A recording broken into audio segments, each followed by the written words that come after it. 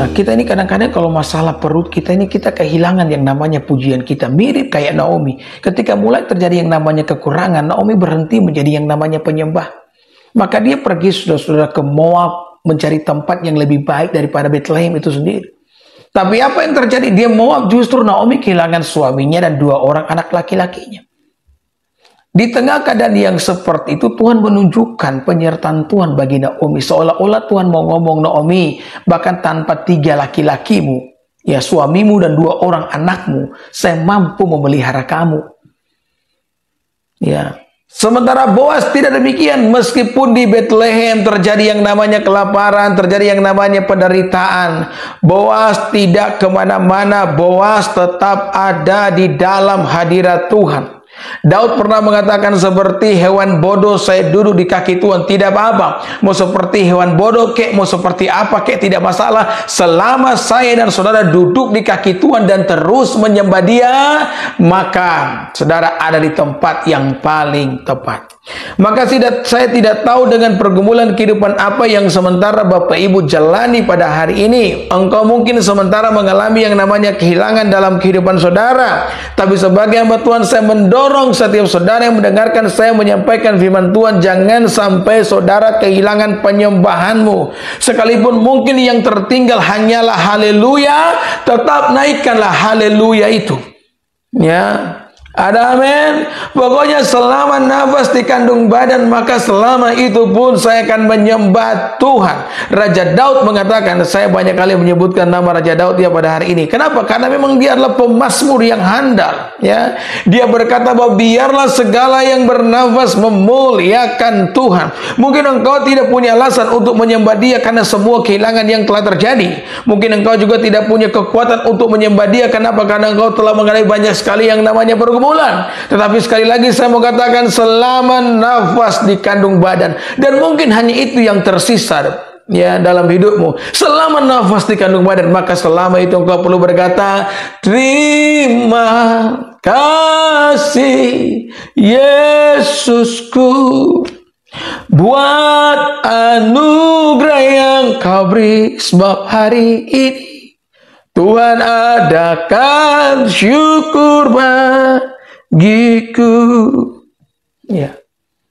Pada saat Ayub mulai kehilangan segala sesuatu, istrinya mulai ngomel-ngomel nih, marah-marah.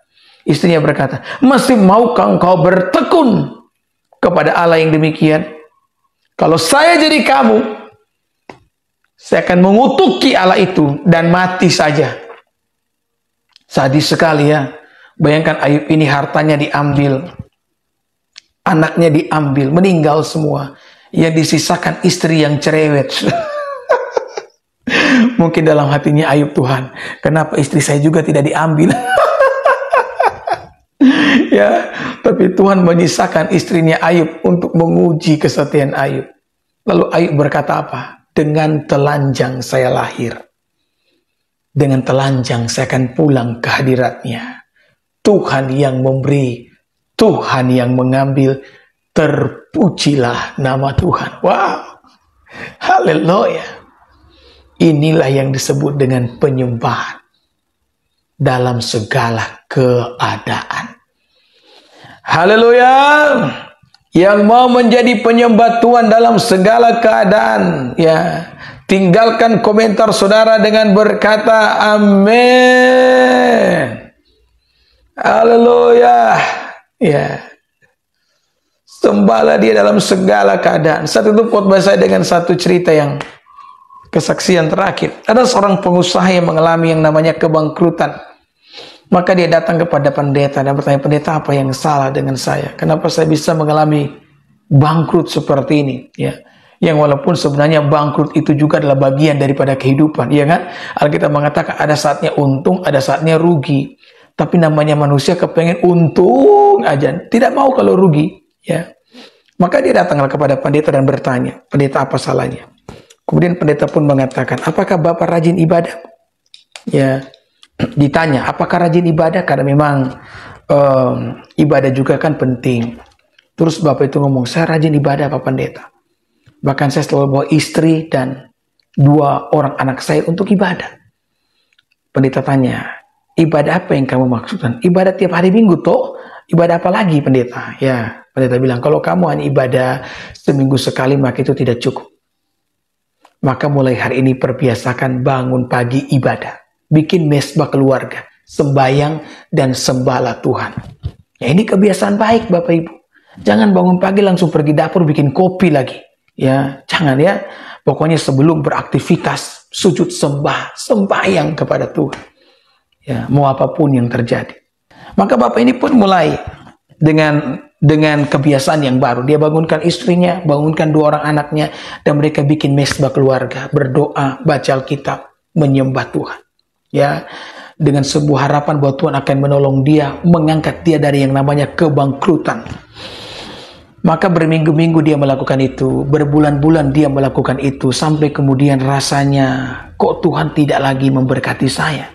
Bukankah saya sudah melakukan apa yang diperintahkan oleh pendeta untuk sembahyang, kenapa saya tidak diberkati oleh Tuhan?